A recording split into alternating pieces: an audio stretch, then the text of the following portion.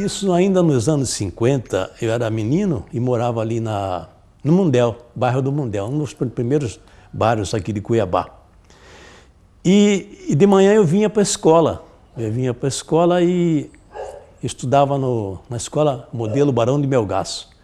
E nessa escola, a minha primeira escola, minha primeira letra, mas eu ali, nos momentos de recreio, eu pulava o muro, eu e os coleguinhas, e ia até o Cine Teatro Cuiabá ver o cartaz que passava na matinê, porque o que me interessava na época era a matinê. Eu queria saber os seriados, né, os filmes que passavam.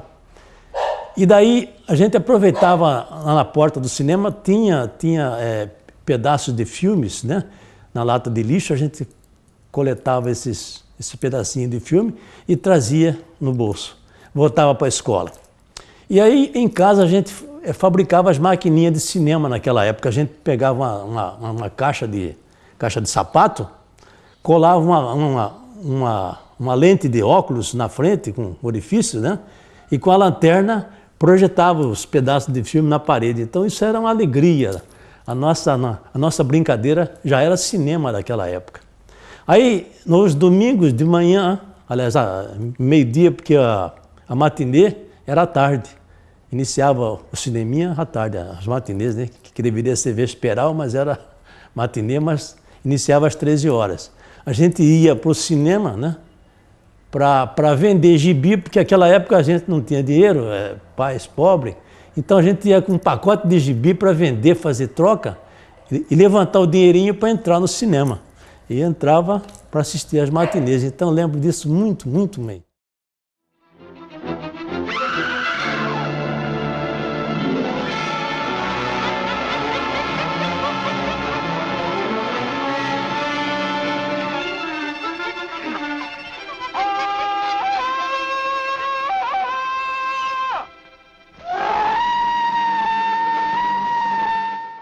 Eu acho que é um complexo, né, isso aí. Ninguém nasce, ninguém simplesmente começa a gostar de alguma coisa do nada, assim.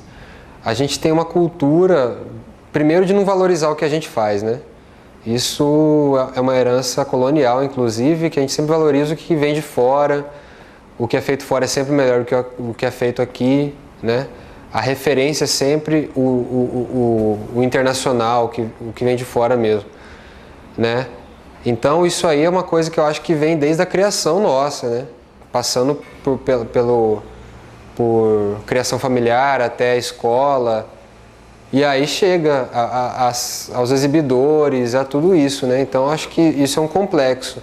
Agora eu nunca acho que a culpa é do consumidor, do público. Eu nunca acho que, né? É o público que... Não, ele foi educado para não se interessar mesmo, para não consumir esse tipo de cinema, né?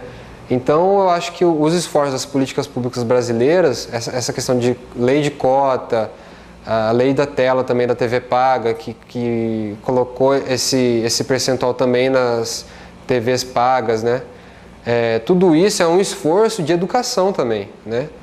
Que precisa ser feito num processo educativo que eu acredito que depois de um tempo não será mais necessário, né? Hoje em dia, se você vê os produtos nacionais que são exibidos, por exemplo, numa TV paga como a HBO, por exemplo, são séries muito boas. Você vê que hoje em dia esse produto já concorre em pé de igualdade com muitos produtos aí internacionais, e que se não fosse essa obrigatoriedade da HBO ter que colocar na sua grade esse produto nacional, você não veria o aumento dessa qualidade e o acesso a esse produto. Então, eu acho que é necessário essas leis, e é necessário que elas sejam cumpridas por causa do papel educativo que o governo tem que ter no estímulo à atividade audiovisual no país, né?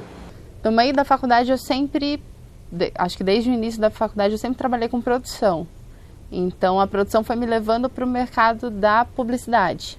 Só que ainda não era o que eu mais gostava. O que eu gostava era do cinema, de estar com cinema com produção mais voltada para a sétima arte mesmo.